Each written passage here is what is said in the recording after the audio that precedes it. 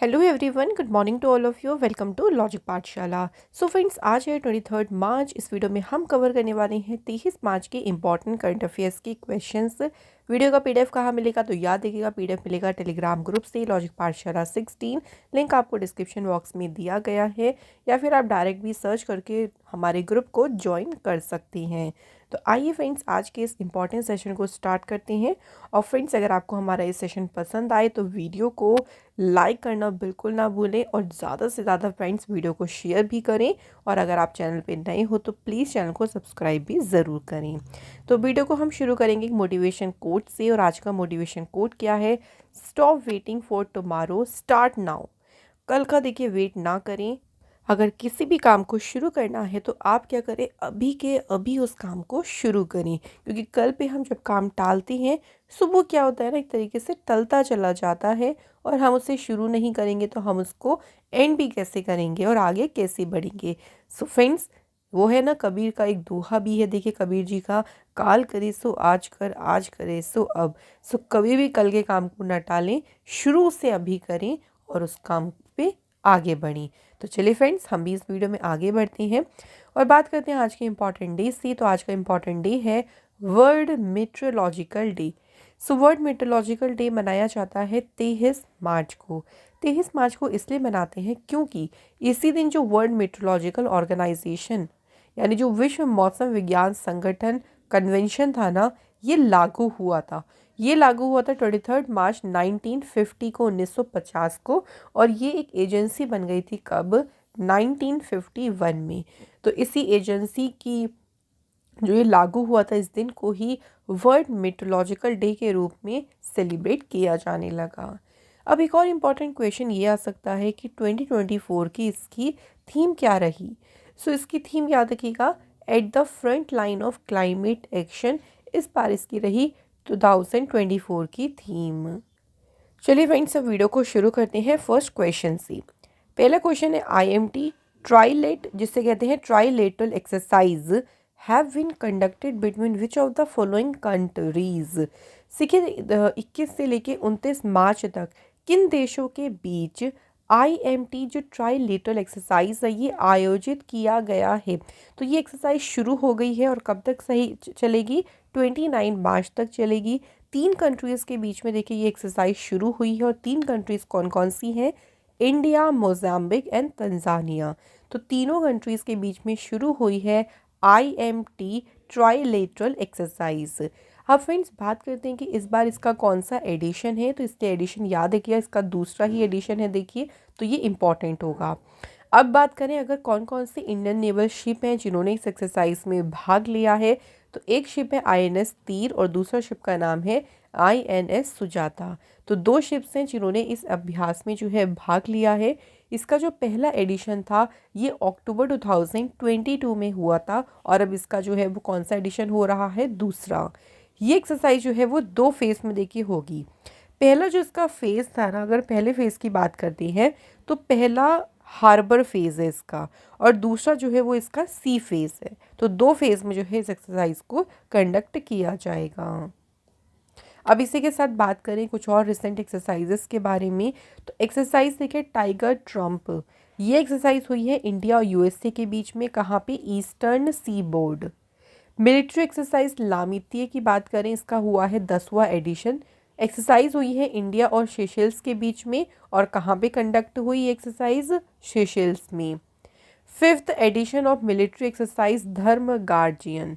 धर्म Guardian exercise हुई है इंडिया और जापान के बीच, इसका आयोजन हुआ है राजस्थान में। नेक्स्ट बात करते हैं 12th edition of Milan exercise की, नेवल एक्सरसाइज है जो कि हुई है विशाखापट्टनम में। इंडियन एयरफोर्स ने कंडक्ट किया था एक्सरसाइज वायु शक्ति 2024, और ये एक्सरसाइज कहाँ पे हुई? जैसलमेर राजस्थान में। सो वेरी इंपॉर्टेंट होता है कि कौन कौन सी कंट्रीज़ के बीच में एक्सरसाइज हो रही है, उसका वेन्यू यानी कहाँ पे वो एक्सरसाइज हुई, ये भी याद रखिएगा। चलिए नेक्स्ट क्वेश्चन पे बढ़ते हैं। अगला क्वेश्चन है, what is the name of the operation launched by India to evacuate Indian nationals from Haiti to Dominican Republic. So Haiti से डोमिनिकन गणराज्य तक भारतीय नागरिकों को निकालने के लिए भारत द्वारा शुरू किए गए ऑपरेशन का नाम क्या है? सो अभी इंडिया ने जो है कि इवैक्यूएशन जो ऑपरेशन है इसे लॉन्च किया है और इस ऑपरेशन को नाम क्या दिया है? ऑपरेशन इंद्रावती जो है इसे नाम दिया है। इसमें हैती से डोमिनिकन रिपब्लिक तक जो इंडियन नेशनल्स हैं उनको यहाँ से भारत दिया या उनको यहाँ से बाहर निकालने के लिए भारत ने इस ऑपरेशन को शुरू किया है। हैती में देखिए अभी वायलेंट गैंग वॉर्स जो है मिल रही हैं। 29 फरवरी की बात अगर देखें तो हैती में अटैक हुआ था। Haiti launched attacks across Port au Prince the capital of Haiti. So Haiti की जो राजधानी है पोर्ट ओ प्रिंस उस पर हमले शुरू हो गए थे 29 ऑफ फरवरी को। सो यहाँ पे काफ़ी ज़्यादा युद्ध देखने को मिल रहा है और इसी चक्कर में यहाँ पे इमरजेंसी भी डिक्लेयर हुई थी। कब? 3 मार्च को। तो यहाँ से जो इंडियंस हैं उनको बाहर निकालने के लिए इंडियन गवर्नमेंट ने ऑपरेशन इंद्रावती को शुरू किया। देखिए और भी ऑपरेशंस शुरू हुए थे इंडियन गवर्नमेंट के द्वारा। थोड़ा सा हम उन ऑपरेशंस के बारे में पढ़ लेते हैं। 2-3 ऑपरेशन इंपॉर्टेंट है। जैसे ऑपरेशन कावेरी की बात करें, ये आया था 2023 में से शुरू किया था। इसमें इसको क्यों शुरू किया था? तो सूडान से जो इंडियंस हैं उनको रेस्क्यू करने के लिए। ऑपरेशन दोस्त भी 2023 में ही लॉन्च किया था। ये एक सर्च और रेस्क्यू ऑपरेशन था जिसे इंडियन गवर्नमेंट ने लॉन्च किया था to assist Syria and Turkey. Syria और टर्की में ना बहुत भयंकर देखिए भूकंप आया था, इसकी वजह से वहाँ पे कंडीशंस बहुत ख़राब हो गई थी। तो वहाँ पे मदद करने के पर्पज़ से एक रेस्क्यू ऑपरेशन था, ऑपरेशन दोस्त। नेक्स्ट ऑपरेशन गंगा की बात करते हैं। सो ये आया था 2022 में। ये एक इवैक्यूएशन मिशन था जिसमें इंडियन नेशनल्स को जो यूक्रेन में, आपने यूक्रेन वॉर के बारे में तो सुना ही था, तो उस समय इंडियंस को वहाँ से इवैक्यूएट करने यानी बाहर निकालने के लिए ऑपरेशन चलाया था, ऑपरेशन गंगा। सो हम क्वेश्चन से आपको देखिए फ्रेंड जितना भी रिवाइज करा सकते हैं कोशिश करेंगे हम ज़्यादा से ज़्यादा रिवाइज करने की। चलिए नेक्स्ट क्वेश्चन देख लेते हैं। 47th meeting of the national committee of archivist was concluded in which city? So देखिए इस मीटिंग का हुआ है 47th, अभी ये बैठक हुई है नेशनल कमेटी ऑफ आर्किविस्ट की। और कौन से शहर में हुई है ये मीटिंग? तो ये मीटिंग हुई है श्रीनगर शहर में। इस मीटिंग में देखिए दिल्ली, गोवा, गुजरात, हिमाचल प्रदेश, जम्मू कश्मीर, लद्दाख, मध्य प्रदेश, महाराष्ट्र, नागालैंड, राजस्थान और उत्तर प्रदेश के जो डेलीगेट्स थे उन्होंने इस मीटिंग में भाग लिया। 2 दिन की ये मीटिंग थी। इसका उद्देश्य क्या था मीटिंग को करने का? To revitalise the archives administration and records management system across state and UT.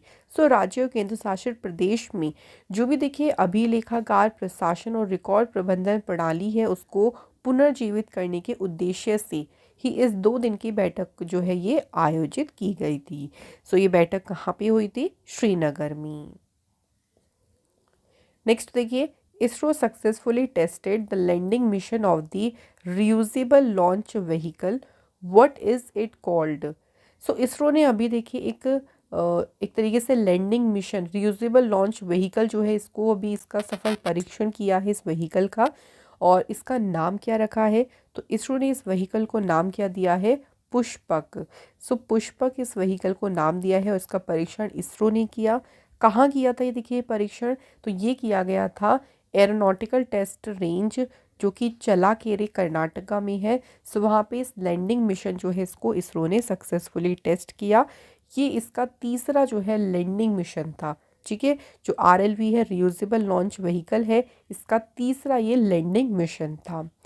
ये मिशन अंतरिक्ष तक देखिए लो कॉस्ट में पहुंचने को सक्षम करने के लिए जो है या जो भी टेक्नोलॉजी है उसको इस डेवलप किया गया है कि हम स्पेस तक जो है रियूजेबल लॉन्च व्हीकल को यूज़ करके, जो कि लो कॉस्ट, इससे क्या होगी स्पेस में पहुंचने की लागत भी कम रहेगी। तो इसी पर्पज़ से इसे शुरू किया गया। जैसे फॉल्कन रॉकेट है जो कि स्पेस में जाके वापस आ जाता है, उसको दोबारा से रॉकेट को यूज़ कर सकते हैं व्हीकल को। इसी तरह इसरो भी प्लान कर रहा है व्हीकल को इसी तरह से जो है लॉन्च करने की। नेक्स्ट देखिए, who has been named as a new skipper या न्यू कैप्टन कह लीजिए of IPL franchise Chennai super king.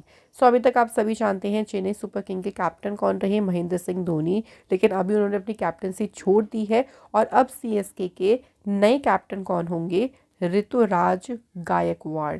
सो ऋतुराज गायकवाड़ होंगे चेन्नई सुपर किंग के न्यू कैप्टन। धोनी जो है मोस्ट सक्सेसफुल आईपीएल कैप्टन रही हैं। सबसे सफल कप्तान अगर बात करें आईपीएल में कौन रहे हैं, महेंद्र सिंह धोनी। और चेन्नई सुपर किंग के पास ही आईपीएल के सबसे ज़्यादा टाइटल भी है। लास्ट जो 2023 का टाइटल हुआ था आईपीएल का, वो भी किसने जीता था, चेन्नई सुपर किंग ने। अगर हम डब्ल्यूपीएल की बात करें, जो वुमेंस प्रीमियर लीग भी हुआ है, देखिए इस बार इसका दूसरा एडिशन हुआ है और इस बार किसने जीता है ये एडिशन, आरसीबी ने जीता है। तो इसमें हमने एक अलग से वीडियो भी प्रोवाइड की है, आपको नहीं देखिए तो आप लोग ज़रूर उसको देखिए, अभी रिसेंट टॉपिक्स में ही मिल जाएगी, क्योंकि यहाँ से क्वेश्चन एग्जाम में ज़रूर आएगा, डब्ल्यूपीएल से भी और आईपीएल से भी। तो अभी तो आईपीएल शुरू ही हुआ है, जब आईपीएल हमारा एंड हो जाएगा तो इस पर भी आपको एक अलग से वीडियो हम प्रोवाइड करेंगे। नेक्स्ट क्वेश्चन देखिए, who has been elected as a chairman of Indian banks association for 2023-24। So भारतीय बैंक संघ जो है इसके अध्यक्ष के रूप में किसे चुना गया है। सो फ्रेंड्स बात करते हैं एज अ चेयरमैन कौन अपॉइंट हुए हैं, एम.वी. राव। अब इसी के साथ कुछ और अपॉइंटमेंट्स की बात करेंगे बैंकिंग सेक्टर से रिलेटेड। सो अभी देखिए पूनावाला फिनकॉर्प के एमडी सीईओ बने अरविंद कपिल। वन कोटक के प्रेसिडेंट बने हैं जयदीप हंसराज। इसके अलावा तमिलनाडु मर्केंटाइल बैंक लिमिटेड के पार्ट टाइम चेयरमैन बने Ravindran. Jana small finance bank के एमडी सीईओ बने हैं अजय कानवाल। और इवेंट्स पीयू के चेयरपर्सन और इंडिपेंडेंट डायरेक्टर कौन बने, रेणु सूद कर्नाड। अगला क्वेश्चन है, the prestigious Maharashtra Gaurav award presented to famous Indian dancer dash. So अभी महाराष्ट्र गौरव जो पुरस्कार है ये किस प्रसिद्ध भारतीय नर्तक को प्रदान किया गया है, तो ये अवार्ड किसे दिया गया है, डॉक्टर उमा रेले को। So prestigious Maharashtra Gaurav award दिया गया है famous Indian dancer doctor Uma Rele ji को। डॉक्टर उमा रेले जी जो हैं ये नालंदा नृत्य कला महाविद्यालय जो मुंबई में है वहाँ की स्टीम प्रिंसिपल हैं। इनको ये ऑनर इसलिए दिया है जो इनका Indian classical dance specially Bharatanatyam में जो इनका इनवैल्यूएबल कंट्रीब्यूशन है, जो उनका अमूल्य योगदान है, इसी योगदान के लिए उनको महाराष्ट्र गौरव अवार्ड से सम्मानित किया गया है। नेक्स्ट क्वेश्चन देखिए, recently Indian great billiards player has been inducted into the hall of fame of the world billiard museum, what is his name. हाल ही में भारत के महान बिलियर्ड्स खिलाड़ी को hall of the fame of the world billiards museum में शामिल किया गया है। सो इनका नाम बताना है किन्हें अभी जो है शामिल किया गया है। तो सही आंसर है पंकज आडवाणी। सो पंकज आडवाणी जी को हॉल ऑफ फेम में जो है शामिल किया गया है। वर्ल्ड बिलियर्ड्स म्यूजियम जो है ये कहाँ पे लोकेटेड है, शांगराओ चाइना में। पंकज आडवाणी को 4 इंडियन ऑनर्स भी रिसीव हुए हैं। चलिए एक बार इनके बारे में देख लेते हैं क्योंकि इंपॉर्टेंट है। इन्हें अर्जुना अवार्ड से सम्मानित किया गया था 2004 में। उसके बाद मेजर ध्यानचंद खेल रत्न अवार्ड इन्हें मिला था 2006 में। पद्मश्री अवार्ड मिला था इन्हें 2009 में। एंड पद्म भूषण से इनको सम्मानित कब किया गया था, 2018 में। सो वेरी इंपॉर्टेंट, ये ऑनर्स भी इनके बारे इनका याद रखिएगा। चलिए नेक्स्ट बात करते हैं, who has been selected as the flag bearer for India at Paris Olympics 2024। So इस बार जो पेरिस ओलंपिक होंगे उसमें भारत के देखिए ध्वजवाहक के रूप में किसे चुना गया है, तो किसे चुना गया है, शरद कमल। सो शरद कमल जो हैं ये खेल रत्न अवार्ड विनर और 2 बार के Commonwealth games champion table tennis player हैं। इन्हें चुना गया है as a flag bearer for India at Paris Olympics 2024। So ये ओलंपिक्स में इंडिया के 19th जो है फ्लैग बियरर बने हैं। इससे पहले अगर हम बात करें लास्ट ओलंपिक्स की, जो टोक्यो ओलंपिक्स हुए थे देखिए 2020 में, उसमें फ्लैग बेयरर्स कौन कौन थे, इंडियन हॉकी टीम के कैप्टन मनप्रीत सिंह और मैरी कॉम। सो अगर लास्ट ईयर वाला भी पूछ लें तो थोड़ा सा याद रख लीजिएगा कि 2020, क्योंकि 4 साल में ओलंपिक्स होते हैं, तो इससे पहले हुए थे 2020 में, और कहाँ पे हुए थे, टोक्यो में, और इस बार हो रही हैं कहाँ पे, पेरिस में। ठीक है, वेरी इंपॉर्टेंट। सो यहाँ हमारे करंट अफेयर्स के क्वेश्चंस हो गए कंप्लीट। नाउ फ्रेंड्स, बात करते हैं हम स्ट्रेटजी के क्वेश्चंस की। पहला क्वेश्चन देखिए, who described preamble as the political horoscope of the constitution. So बात करें कि किसने जो प्रस्तावना है उसे संविधान की राजनीतिक कुंडली बताया है, तो ये किसने कहा है, ये कहा है देखिए के.एम. मुंशी। सो के.एम. मुंशी ने जो हमारा प्रियम्बल है, प्रस्तावना है, उसे कहा है political horoscope of the constitution. Next देखिए, the preamble of the constitution says that India will be dash. संविधान की प्रस्तावना कहती है कि भारत क्या होगा। सो देखिए, हमारी जो प्रियम्बल है उसमें पहला ही जो है मतलब वो क्या इंडिकेट करता है, सो ये इंडिकेट करता है इंडिया को secular, democratic, sovereign, republic and socialist. So ये सभी वर्ड जो हैं वो प्रियम्बल में ऐड हुए हैं और ये इंडिया के लिए जो है यूज़ किए गए हैं। और शुरुआत होती है कहाँ से, we the people of India. So इस तरह से जो है हमारे प्रियम्बल की शुरुआत होती है। नेक्स्ट क्वेश्चन देखिए, विच of the following in Indian constitution articles contain directive principle of state policy, जिसे शॉर्ट में कहते हैं डीपीएसपी, राज्य के नीति निर्देशक सिद्धांत, किस अनुच्छेद में शामिल हैं। तो इनका जो वर्णन है फ्रेंड्स, अगर बात करते हैं कौन से आर्टिकल में है, 36 से लेके 51 तक जो है डीपीएसपी का वर्णन किया गया है। और बात करते हैं कि कौन से पार्ट में है ये इसका वर्णन, पार्ट नंबर 4। डीपीएसपी जो है इसे आयरिश कॉन्स्टिट्यूशन से जो है लिया गया है। ये भी इम्पॉर्टेंट पॉइंट है कि इन्हें लिया कहाँ से गया है, आयरिश कॉन्स्टिट्यूशन से बोरो किया गया है। नेक्स्ट हमारा क्वेश्चन है, the ideal of welfare state in the Indian constitution is enshrine in its. भारतीय संविधान में कल्याणकारी राज्य का आदर्श किसमें निहित है। तो वेलफेयर स्टेट का जो आइडियल है ये निहित है किसमें, DPSP, directive principle of state policy में। नेक्स्ट क्वेश्चन है, article dash of the constitution of India defines uniform civil code. Bharat के संविधान का अनुच्छेद कौन सा है जो कि समान नागरिक संहिता को परिभाषित करता है। सो ये है आर्टिकल नंबर देखिए 44, जिसमें यूनिफॉर्म सिविल कोड के बारे में कहा गया है। और एक और इम्पॉर्टेंट पॉइंट याद रखना है यहाँ पे कि वो कौन सा स्टेट है जिसने सबसे पहले यूनिफॉर्म सिविल कोड को लागू किया। तो सबसे पहला स्टेट कौन सा बना था, उत्तराखंड, जहाँ पे इसको जो है लागू किया गया था। सो यहाँ हमारे कंप्लीट हो गए हैं स्टडी जीके के क्वेश्चंस भी। नाउ फ्रेंड्स, बात करते हैं रिवीजन क्वेश्चंस की। तो कल के जो करंट अफेयर्स के क्वेश्चंस हैं उनको हम लोग रिवाइज करते हैं। पहला क्वेश्चन क्या था, which country hosted the 3rd summit for democracy. So लोकतंत्र की बात करते हैं, तीसरे शिखर सम्मेलन की मेजबानी जो है किसने की।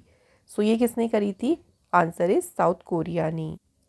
नेक्स्ट क्वेश्चन है, प्राबोवो सुबियांतो जो है अभी किस कंट्री के न्यू प्रेसिडेंट चुने गए हैं। सो ये इलेक्ट हुए हैं इंडोनेशिया के न्यू प्रेसिडेंट। नेक्स्ट देखिए, Pokhara set to be designated as a tourism capital of which country. Pokhara को किस देश की पर्यटन राजधानी के रूप में नामित किया जाएगा। तो ये बनेगी नेपाल की टूरिज्म कैपिटल। नेक्स्ट है, where was the 4th Shanghai cooperation organisation startup forum organised. So चौथी मीटिंग हुई थी जो Shanghai cooperation organisation startup forum की, ये कहाँ पे हुई थी, न्यू दिल्ली में। इंडिया एससीओ का देखिए पार्ट कब बना था, वैसे एससीओ की स्थापना 2001 में हुई थी और इंडिया इसका पार्ट बना था 2017 में। Where will be India's first battery energy storage giga factory. So Bharat की पहली battery energy storage giga factory कहाँ पे होगी, तो ये कहाँ होगी, answer is Jammu Kashmir. Next है, which IIT has developed an indigenous electric standing wheelchair, जिसका नाम है नियो स्टैंड। नियो स्टैंड को विकसित किया है किसने, आईआईटी मद्रास ने। इंडिया का largest startup gathering, startup Mahakumbh, ये कौन से शहर में शुरू हुआ है? सो ये शुरू हुआ है दिल्ली में।